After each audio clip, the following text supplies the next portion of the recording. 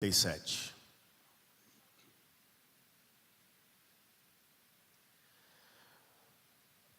Salmo de número 137. Nós continuaremos a nossa série de mensagens.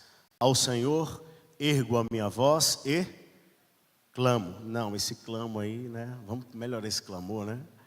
Ao Senhor ergo a minha voz e clamo. Ao Senhor ergo a minha voz e clamo. Esse é o quinto sermão expositivo dentro dessa série de mensagens. Hoje nós vamos estudar o Salmo de número 137. Salmos que falam sobre esta petição do salmista diante de Deus, derramando a sua alma diante do Senhor.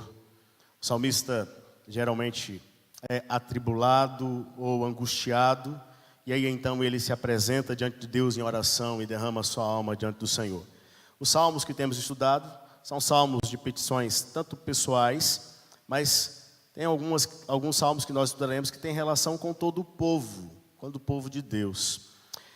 E esse salmo de número 137, ele se enquadra nesse perfil, Nós não sabemos quem escreveu o salmo. Não temos a informação de quem foi o salmista. Não temos. Mas nós podemos chegar ao momento histórico em que o salmo foi escrito. Nós podemos chegar. Eu entendo sinceramente que esse salmo é um salmo pós-exílico. É um salmo que foi composto depois do exílio. Ou ali no período do término do exílio. O salmista, ele regressa a Jerusalém. Ele vai para a cidade de Jerusalém. E quando ele chega em Jerusalém, os muros estão derribados, as portas estão queimadas, as casas foram destruídas, o templo está profanado, assolado, e agora então o salmista ali, vendo todas aquelas imagens, ele então faz essa oração, a oração do Salmo de número 137, trazendo à sua memória algumas recordações. Por favor, acompanhe a leitura do Salmo. Às margens dos rios da Babilônia, nós nos assentávamos e chorávamos, lembrando-nos de Sião. Nos salgueiros que lá havia, pendurávamos as nossas harpas, pois aqueles que nos levaram cativos nos pediam canções, e os nossos opressores que fôssemos alegres, dizendo: entoai-nos algum dos cânticos de Sião. Como, porém, haveríamos de entoar o canto do Senhor em terra estranha, se eu de ti me esquecer, ó Jerusalém, que se resseque a minha mão direita, apegue-se-me a língua ao paladar, se me não lembrar de ti, se não preferir eu Jerusalém à minha maior alegria. Contra os filhos de Edom, lembra-te, Senhor, do dia de Jerusalém, pois diziam: arrasai, arrasai-a até aos fundamentos. Filha da Babilônia, que hás de ser destruída, feliz aquele que te der o pago do mal que nos fizeste. Feliz aquele que pegar teus filhos e esmagá-los contra a pedra. Terminei a leitura desse salmo no primeiro culto falando o seguinte: e agora, né? A gente fala amém ou fala misericórdia? Vamos orar? Feche seus olhos, fale com o Senhor. Peça para que Ele tenha misericórdia da sua vida e da minha vida. Peça para que Ele ministre com graça em nosso coração.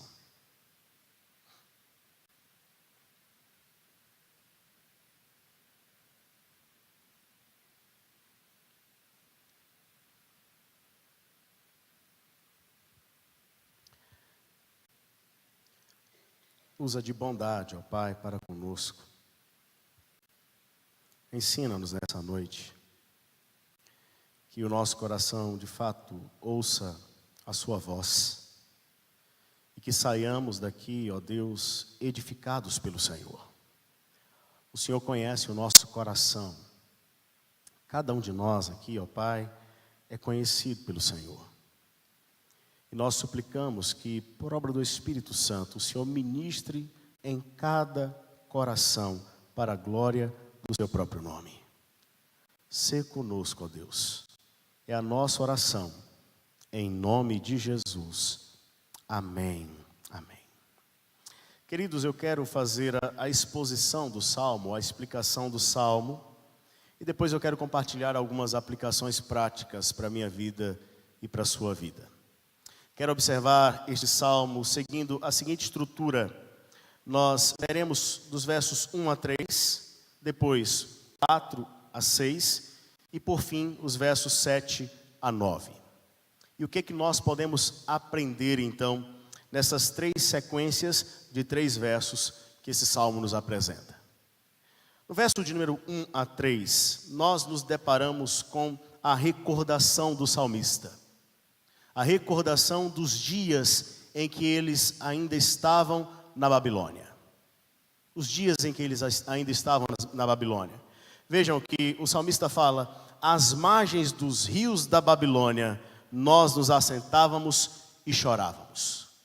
Enquanto estavam na Babilônia, o povo de Deus, e aqui no caso o salmista, estava sofrendo uma realidade, pelo menos de inércia ou inoperância e também de tristeza profunda.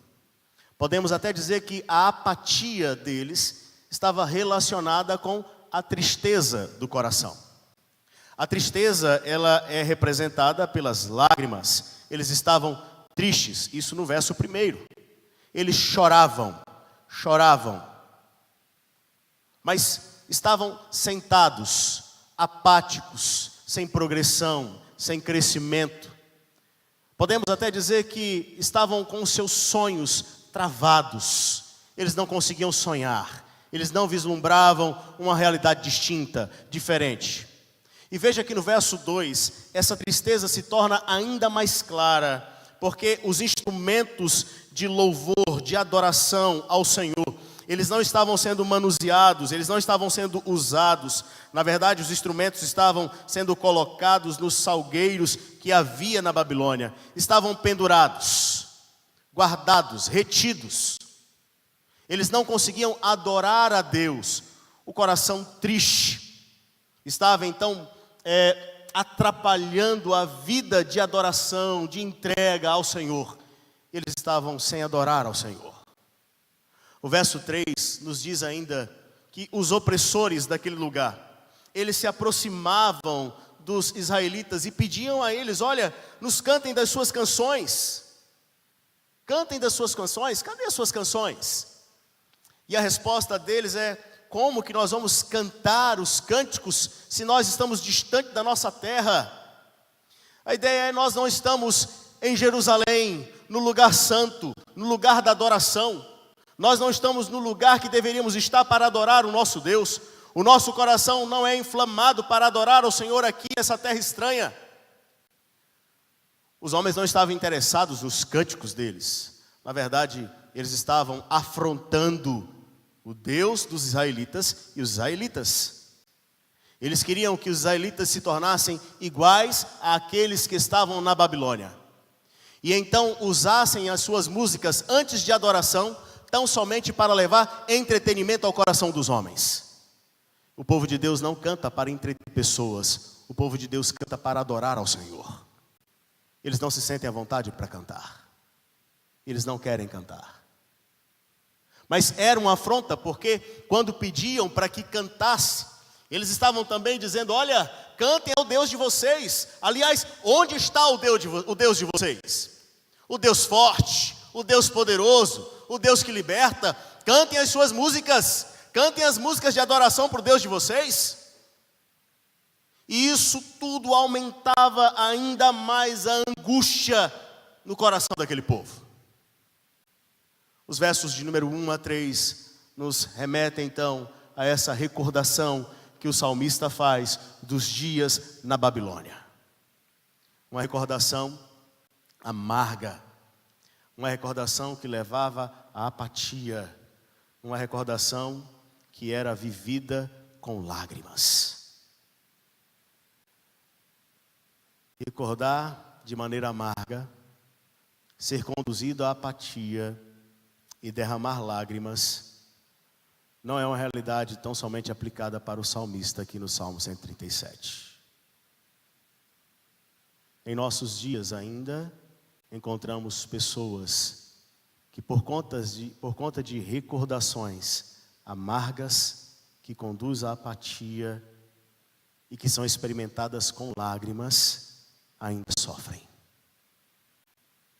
Eventos do passado que machucaram, que trouxe ofensa, angústia, dor, e que ainda quando vem à memória, continua doendo, porque não foi tratado, não foi perdoado, e ainda machuca. Mas olhemos agora para os versos 4, 5 e 6. Quando nós olhamos para esses versos, o salmista agora, ele vai falar de uma realidade que deve tomar o coração de todo servo de Deus. A realidade é a seguinte: ainda que estejamos enfrentando o cenário da angústia ou da aflição, é necessário priorizar o que é essencial para a vida. É isso que o salmista fala nesses versos. Por favor, acompanhe os versos 4, 5 e 6.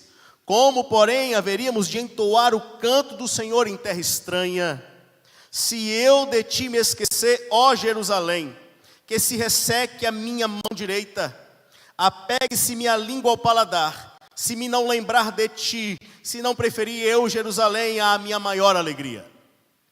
No verso 5, quando diz, se eu de ti me esquecer, ó Jerusalém, não é meramente a cidade de Jerusalém, mas tudo que a cidade de Jerusalém representa para o povo de Deus. Aquela cidade é a cidade escolhida pelo Senhor. Deus se faz presente naquele lugar, ou escolheu aquele lugar para manifestar a sua presença. Agora o povo está privado da presença de Deus e da intimidade do Senhor. E aí então o salmista fala, eu não posso me esquecer de Jerusalém, jamais. Eu não posso me esquecer de Deus, eu não posso me esquecer da intimidade com o Senhor. A maior prioridade da minha vida é o Senhor para o meu coração. Essa é a ideia do salmista. E aí então, ele faz alguns votos que colocam a si mesmo como grande prejudicado caso ele esqueça. E veja então, ainda no verso 5, a ideia dele é, se eu me esquecer do Senhor, que a minha mão se torne inabilitada para tocar o instrumento. Eu não quero mais tocar instrumento, porque não há sentido de tanger um instrumento se não for para adorar e glorificar a Deus. E é por isso que ele fala que se resseque a minha mão direita. Já no verso de número 6, ele prefere perder a capacidade de falar do que se esquecer de Deus. Não posso me esquecer do Senhor. Se isso acontecer, é melhor que eu não fale mais. A grande prioridade da minha vida é Deus, e eu não posso deixá-lo, esquecê-lo ou abandoná-lo. Ainda que esteja enfrentando um cenário de angústia, ainda que seja um cenário amargo, de lágrimas, é necessário fazer uma reflexão nesse momento de qual tem sido a prioridade da vida. Meu querido irmão, minha querida irmã, deixa eu falar para você, não é difícil fazermos uma análise para descobrir qual é a prioridade da nossa vida. Basta você aí agora mesmo, fazer um exercício. Basta você pensar aí, por exemplo, nessa última semana, em que você investiu mais do seu tempo? E como você investiu? Onde esteve Deus na sua agenda?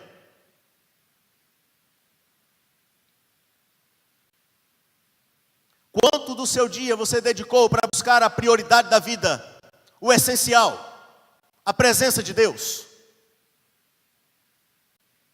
Teria você coragem para falar como salmista? Que se resseque a minha mão, que a minha língua se apegue ao paladar.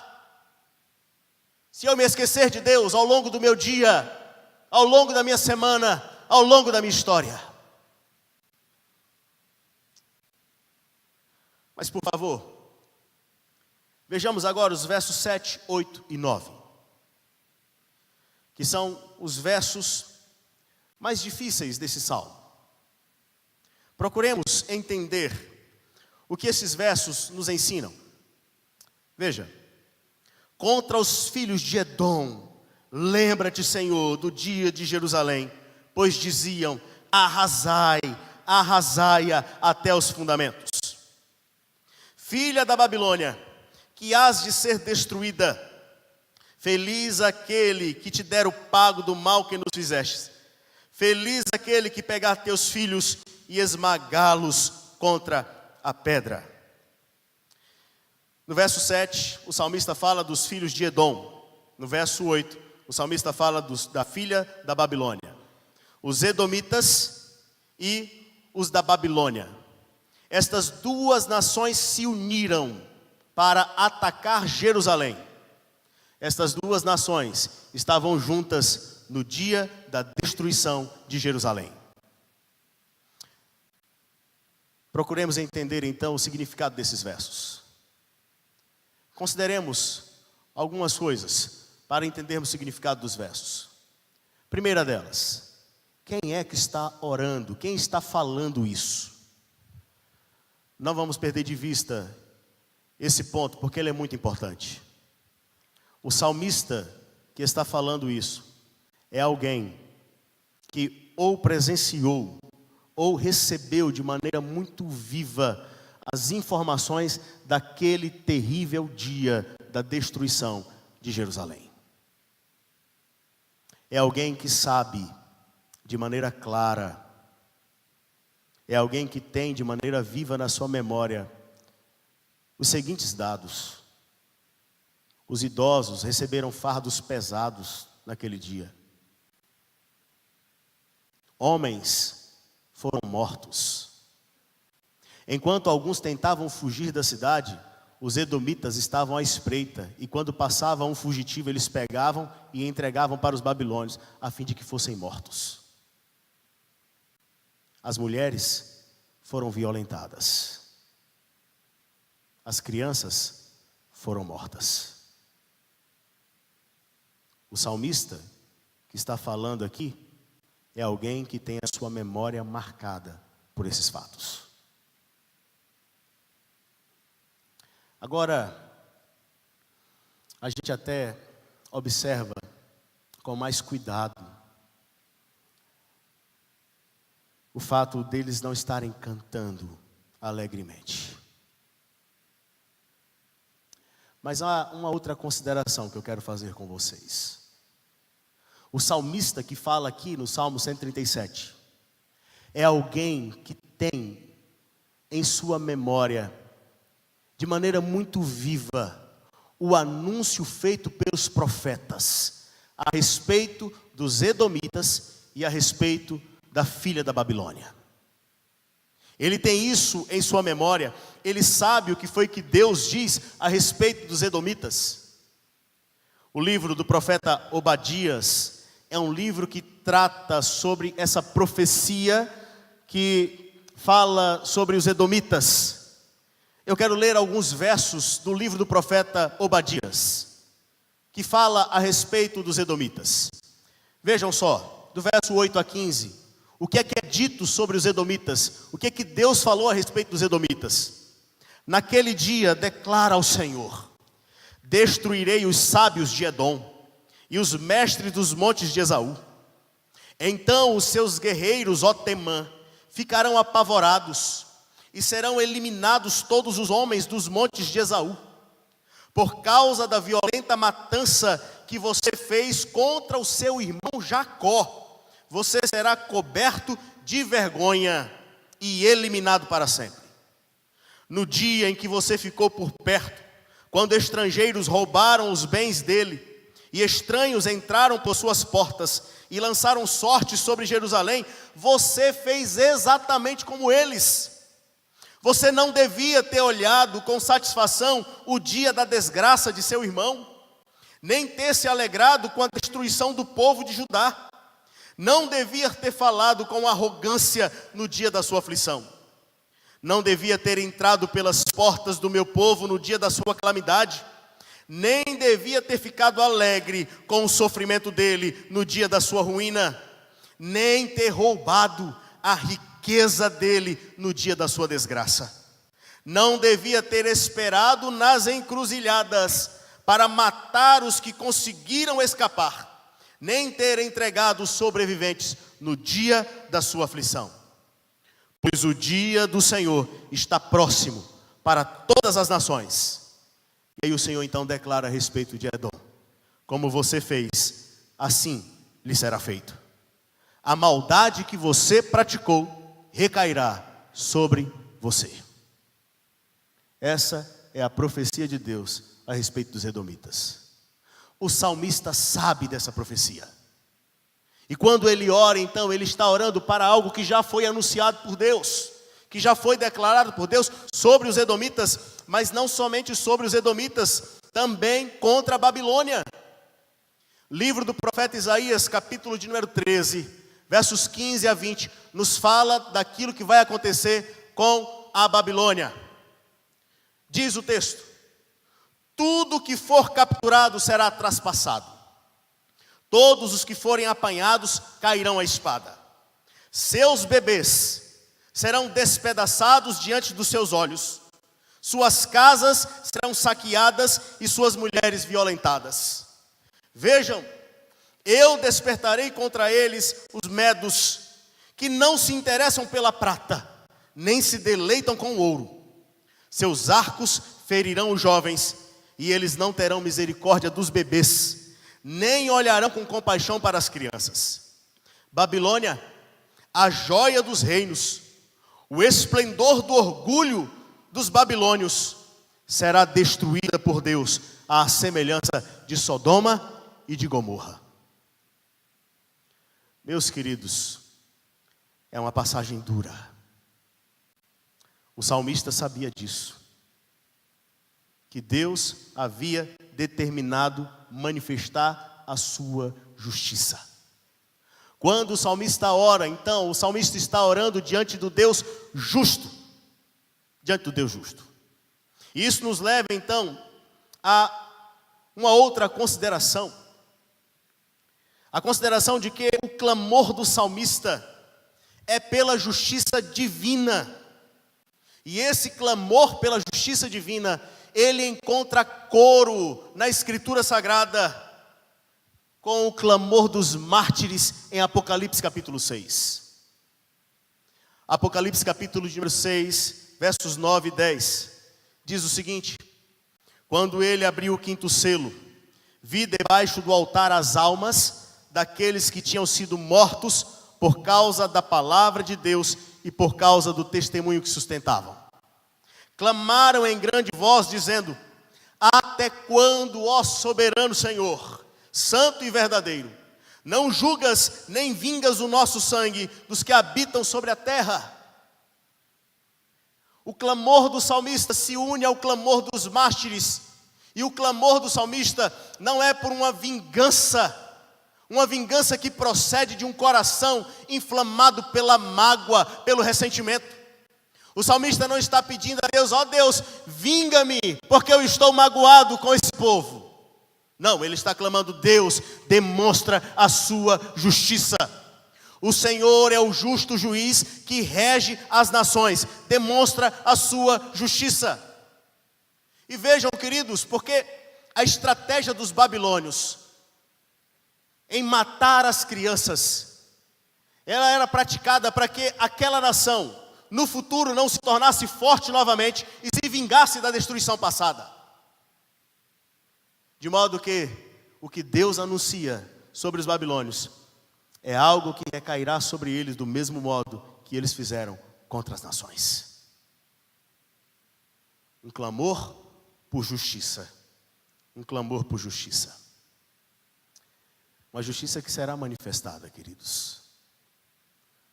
Historicamente, para a Babilônia, já foi manifestada, mas ainda será manifestada. O livro de Apocalipse, capítulo de número 18, fala da grande Babilônia. E fala que ela será julgada por Deus. O capítulo de número 19, que segue ao julgamento da grande Babilônia, retrata o júbilo que vai haver no céu quando a Babilônia e os filhos da Babilônia forem condenados. O texto de Apocalipse, capítulo de número 19, versos 1 e 2, nos diz assim: depois destas coisas, ouvi no céu uma como grande voz de numerosa multidão dizendo: Aleluia! A salvação e a glória e o poder são do nosso Deus. Porquanto verdadeiros e justos são os seus juízos, pois julgou a grande meretriz, que corrompia a terra com a sua prostituição, e das mãos dela vingou o sangue dos seus servos.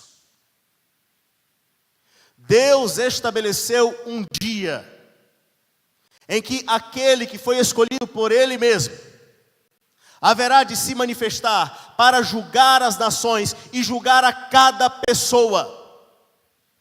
E há uma mensagem da Escritura Sagrada que precisa ser pregada em nossos dias: não haverá um que escapará do grande julgamento do Senhor. Todos estarão diante dele. O clamor então é pela justiça de Deus. Meu querido irmão, minha querida irmã, você que já creu em Cristo Jesus, a notícia maravilhosa para a minha vida e para a sua vida é a seguinte: na cruz do Calvário, Cristo já recebeu a sentença, e nós, por meio de Cristo, já somos libertos. O que vai acontecer naquele dia? O apóstolo Paulo, escrevendo aos Romanos no capítulo 2, diz o seguinte: que naquele dia Deus haverá de derramar ira sobre aqueles que permaneceram endurecidos. Romanos, capítulo de número 2, a partir do verso 4, é o apóstolo Paulo quem diz isso. Leia, se quiser, por favor. Mas o mesmo Paulo, na mesma passagem, logo mais à frente, diz que sobre aqueles que receberam a Cristo, o Senhor haverá de derramar a vida eterna. Nas palavras do Senhor Jesus, nesse julgamento, na manifestação da justiça, nós poderíamos dizer o seguinte: para estes que creem em Cristo, que receberam a Cristo, a palavra de Cristo será: vinde benditos de meu Pai.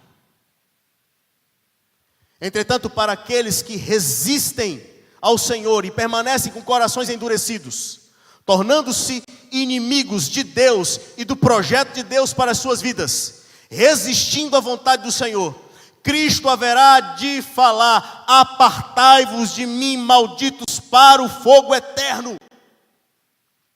Meu querido, minha querida, é a palavra de Deus. E aí então nós entendemos que muito pior do que a violência sexual sofrida pelas mulheres, do que a morte dos infantes, do que o cargo ou fardo pesado dos idosos, é a palavra: apartai-vos de mim, malditos, para o fogo eterno.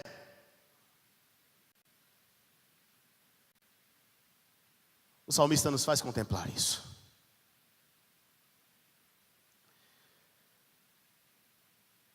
O verso 7, 8 e 9. Portanto, não dá a você e a mim o direito, e nem nos autoriza a clamar por vingança contra os nossos inimigos aqui, por conta de corações feridos ou magoados. Não. Esses versos nos chamam para clamar pela justiça de Deus. Meu querido irmão, minha querida irmã, eu quero compartilhar com você 3 aplicações para a nossa vida, que decorrem do estudo desse salmo. A primeira delas é que nós precisamos rogar a Deus sabedoria para discernirmos o tempo que estamos vivendo. Que tempo estamos vivendo? E agora, de maneira individual, que tempo você tem vivido? Quando você faz um exercício na sua memória agora, e traz até mesmo algumas recordações mais remotas e outras mais próximas, quais são os efeitos disso no seu coração? Que tempo você tem vivido? Como você descreve esses seus dias? A palavra do nosso Deus nos diz em Eclesiastes capítulo 8, verso 5: aquele que guarda os mandamentos não experimentará nenhum mal, e o coração do sábio conhece o tempo e o modo. Então busquemos em Deus sabedoria para discernir o tempo da nossa vida. Temos passado por um tempo de lágrimas, de amargura. Que tempo temos vivido? Mas veja, ainda que este tempo seja um tempo de lágrimas, de amargura, é um tempo também para sonhar, para ter esperança, para aguardar em Deus, esperar no Senhor, crendo que Ele é Deus para cumprir a sua vontade sobre nós. Busquemos então sabedoria diante de Deus para discernir o tempo. Agora uma segunda aplicação que eu quero compartilhar com vocês. É necessário, meu querido irmão, minha querida irmã, reavaliar as nossas prioridades. Quais têm sido as prioridades da nossa vida? O que temos buscado com todo empenho? O que é que nós temos buscado? Onde temos aplicado o nosso coração?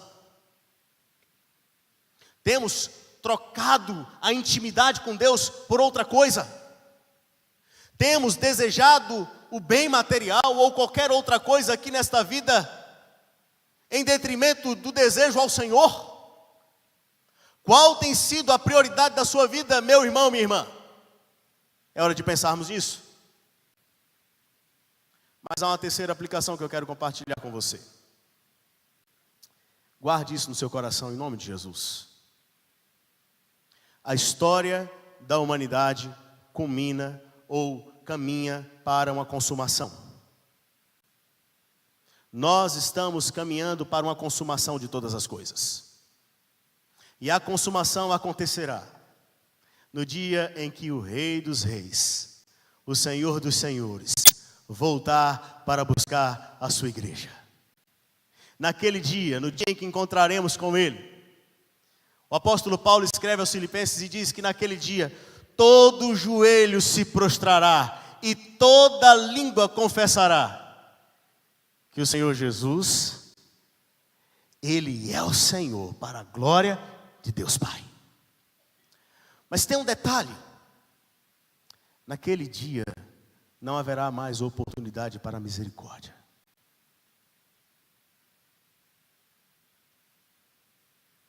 O tempo é agora. O tempo de correr ao encontro dele e de dedicar o nosso coração para ele é agora. De esperar nele, de confiar nele e de entregar tudo a ele agora. Ele é aquele que está no trono e tem poder para reger as nossas vidas de maneira poderosa, graciosa e gloriosa. Que o Senhor nos abençoe, em nome de Jesus. Amém. Ore ao Senhor. Converse com Deus nesse instante.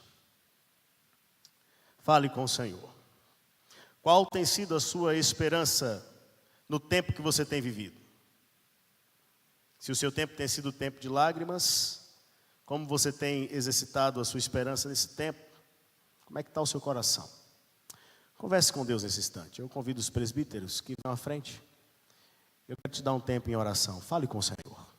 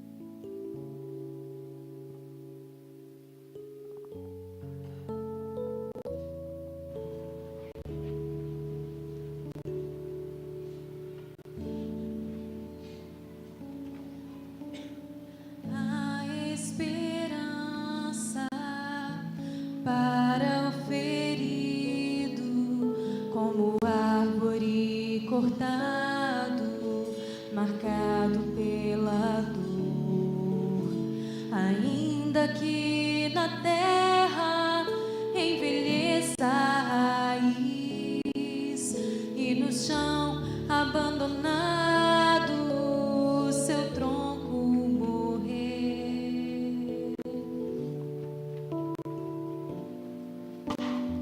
A esperança para o ferido, como árvore cortado, marcado pela dor, ainda que na terra envelheça a raiz e no chão abandonado seu tronco morrer. A esperança pra você, ao cheiro das águas brotará, como planta nova florescerá, seus ramos se renovarão, não cessarão os seus frutos e viverá.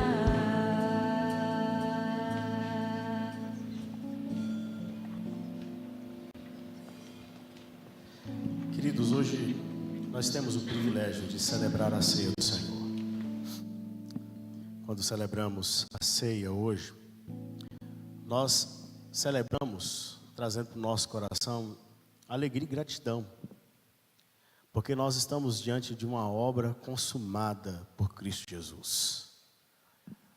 O pão simbolizando o corpo, o cálice remetendo ao sangue que foi derramado, o sangue da nova aliança, mas um sacrifício que já foi feito, consumado, aprovado pelo Pai, confirmado na história no Cristo vencedor e que traz vitória a todos aqueles que nele confiam. Assim, queridos, nós vamos participar dessa ceia, rendendo graças a Deus e trazendo ao nosso coração a esperança de que o Cristo que venceu, Ele prometeu que um dia haverá de retornar. O apóstolo Paulo fala que todas as vezes que a gente come do pão e bebe do cálice, nós anunciamos a morte do Senhor até que Ele venha. Ele vai voltar. Ele voltará. Esta mesa não é a mesa da igreja presbiteriana, é a mesa do Senhor. Se houver entre nós algum membro de outra igreja cristã e que estiver em plena comunhão com a igreja, é convidado para participar conosco desse sacramento. Pedimos aos irmãos, aqueles que puderem, que à medida que os presbíteros estiverem passando, se coloquem de pé para receber os elementos e aguardem para cearmos juntos.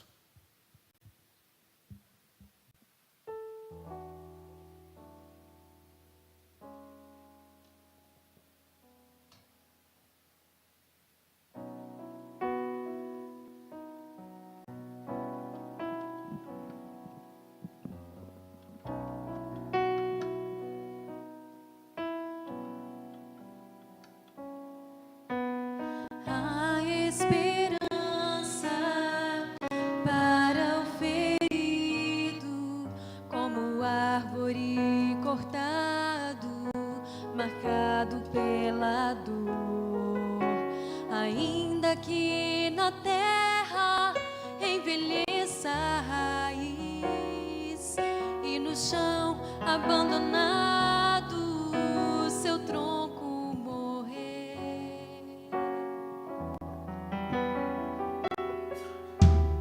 A esperança para o ferido, como árvore cortado, marcado pela dor, ainda que na terra envelheça a raiz e no chão abandonado seu tronco morrer. Há esperança pra você, ao cheiro das águas brotará, como planta nova florescerá, seus ramos se renovarão, não cessarão os seus frutos e viverão, ao cheiro das águas brotará, como planta nova florescerá, seus ramos se renovarão, não cessarão os seus frutos e viverão.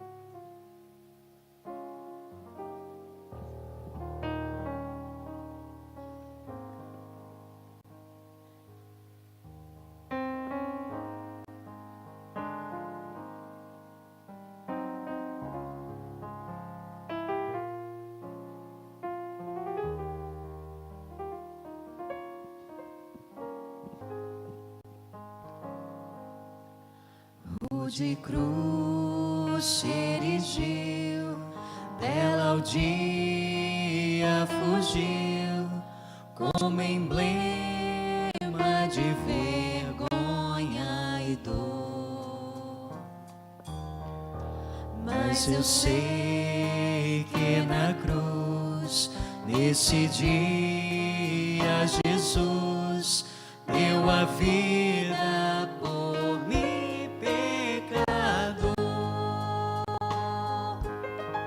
Sim, eu amo a mensagem da cruz, seu triunfo, meu gozo será, pois um dia em lugar de uma cruz, a coroa Jesus me dará, desde a glória dos céus, o Cordeiro de Deus, ao Calvário humilhante baixou.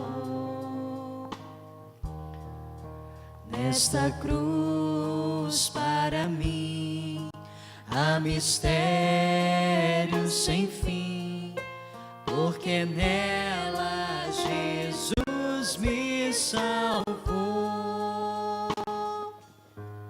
Sim, eu amo a mensagem da cruz, seu triunfo, meu gozo será, pois um dia em lugar de uma cruz, a coroa Jesus me dará.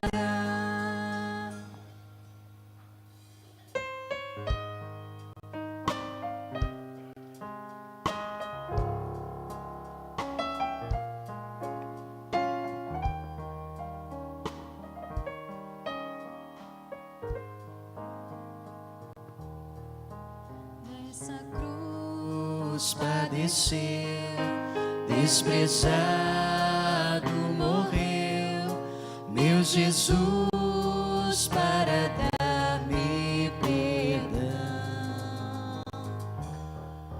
Eu me alegro na cruz, dela vem graça e luz para minha santificação. Sim, eu amo a mensagem da cruz. Seu triunfo, meu gozo será. Pois um dia, em lugar de uma cruz, a coroa Jesus me dará. Alguém foi omitido involuntariamente? Por favor, faça um sinal com uma das suas mãos. Queridos, celebremos então com alegria e esperança no nosso coração.